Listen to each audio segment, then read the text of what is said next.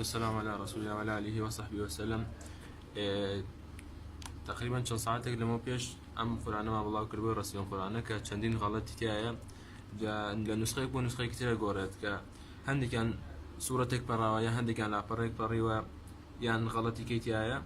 جا هنديك وتبيان آية الرسمي قرآن كان مكاني وداغنيا هلا كان ما بيبشان بويك اغدابين وهنيك شغل هيش غلطي تيانيا وزانيا كان نادروستا بويا لما رسمي قرآنك يا أما شوازي قرآنك يا هيج هنا كيتانيا هيج سرشاوي كيتانيا قبل اللي يرو بلاك هذا هيج سرشاوي كتاب ما كيتانيا ناوي شو أنا كلينا نساوكا لم شو أنا شاب كراوة نا ناوي شاب مني كي بيويا نمور إمزاي كي بيويا تنها عمليا نساوة مش هم يكون يعني 1977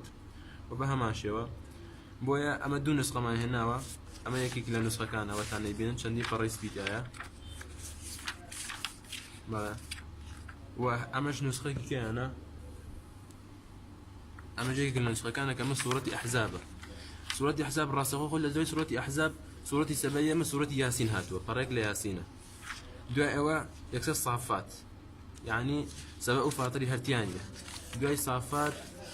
كسورة زمر هاتوا مثلا دعاء صاد عفوا دعاء زمر لدعاء زمر انجا جارك دي صافات هاتوا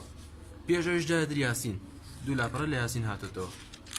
بوي اما هلا كان كباس ماكل اما اماج بلاو كدنوي اما تنها اقدابوني مسلمان نقرخ نقرتن لهي تشابو تشابا مني كان رخ نقرتن ليج لانك تنها بوكو برشاو روشني بو مسلمان ديار ام قرآن لا لزستانی پارەوە هاتووە چەندین کەس پیاوتی کەم قورآنە جۆرە قورآنە غەڵەتی تایە ئێستا بڵاومان نەکردەوە تاوەکو بەچاوی خۆم نەمبینیوە چەندین هەڵەتی تایە لە زستانی پارەوە چەندین کەس بتوتی غەڵەتی فەتح و ضەمەشم تیا بینیوە کەسەی قورآنەکەی بردوتە لەگەڵ خەڵەتی بەڵام مزگەوتان نەمێنێ و خەڵک بەغەڵ لەسەری نەخوێنێتەوە. والسلام عليكم ورحمة الله وبركاته.